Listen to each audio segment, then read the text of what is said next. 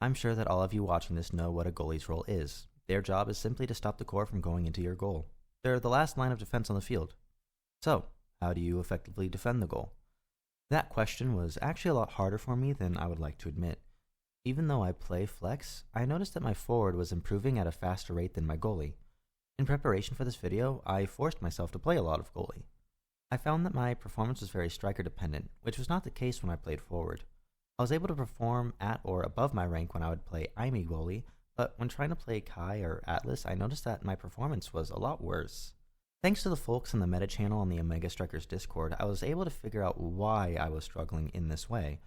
There was something that was fundamentally different between goalie and forward as far as play goes, outside of, their regular difference in roles. And that is the importance of your strikes. When you play forward, if you mess up a strike every once in a while, it's not a huge deal. More than likely, you'll get another setup to be able to try again. However, as goalie, every single time you mess up a strike, that's a goal the enemy makes. To be clear, when I say strike, I mean your standard left click, the move that only hits the core, not any abilities. Now, I'm not saying that striking isn't important for forwards, because it is, but not messing up a strike as a forward generates more pressure on the enemy goal and relieves pressure on your goalie. It's important to be a good striker, but it's not the end of the world if you mess up like it would be as goalie. What I'm trying to say here is that I was bad at striking. This might be surprising considering that I am statistically a good player, but everyone has their strengths and weaknesses.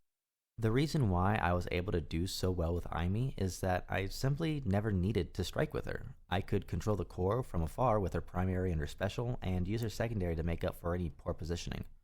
Now, I make this sound easy, but playing Ai.Mi as a goalie successfully is mechanically demanding, and most people usually have trouble in the opposite direction, where Ai.Mi is hard and Atlas is easier. It's just simply a difference in foundation. Now, why is this a problem? Couldn't I just play Ai.Mi goalie and use another mechanic-oriented goalie when she gets banned? Someone like Luna? Well, yes, I could. I'd actually say that's probably the correct decision for the most part. You should play to your strengths. But that's only if I only cared about climbing. I wouldn't be able to teach you if I didn't learn for myself. So how did I remedy this issue? Well, I simply went into normal games, picked Atlas, and didn't use my abilities. I would use my ult to save my teammates, but I wouldn't use my primary or my secondary at all. I defended with just strikes. Now this of course got me a lot of Drek'ar question mark emotes, but it's normals, who cares?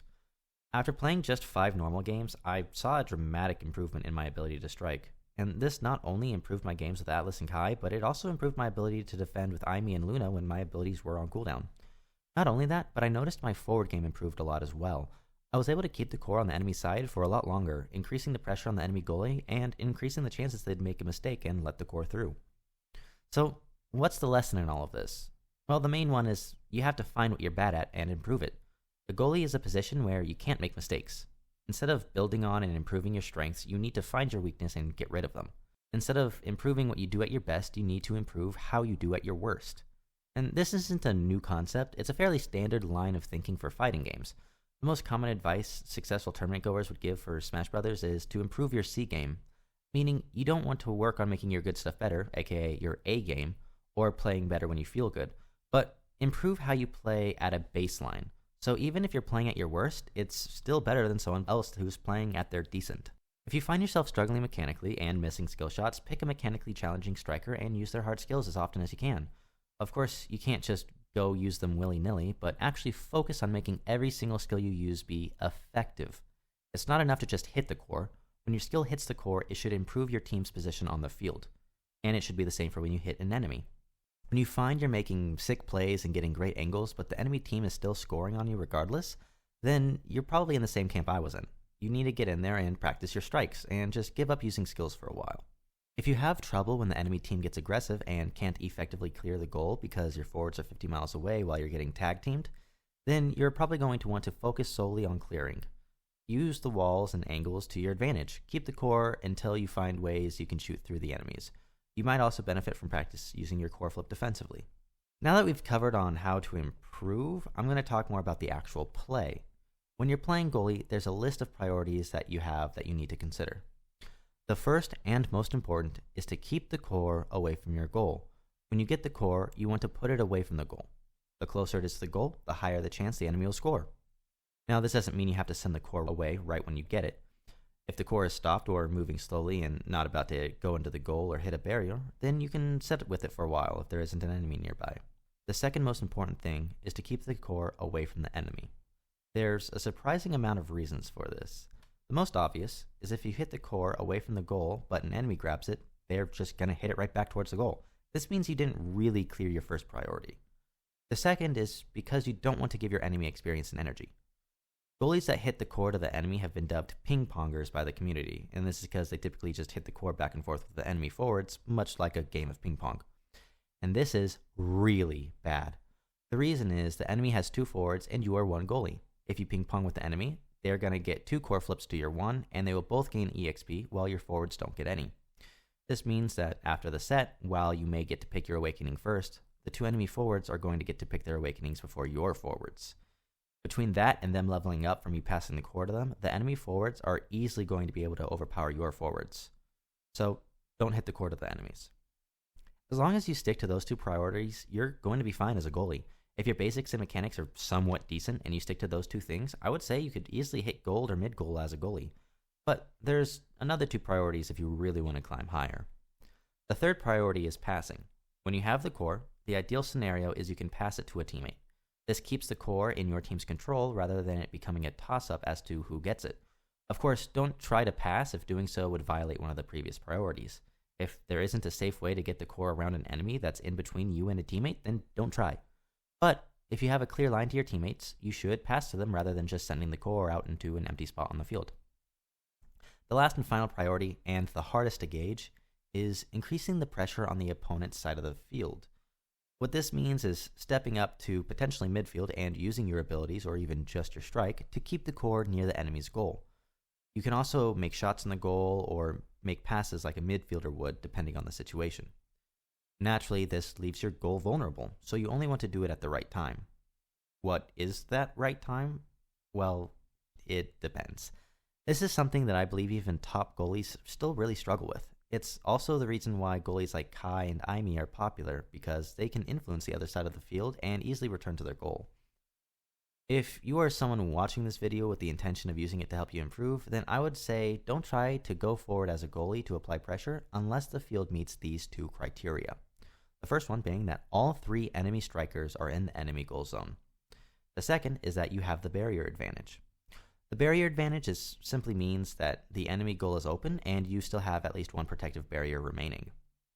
If you are below plat, then I would say you can still climb easily without ever needing to leave your goal. So don't feel pressured to start taking risky plays just because you think you need to improve. Remember, your main goal is simply to stop the core from going into your goal. No one is ever going to complain about you staying near the goal as a goalie.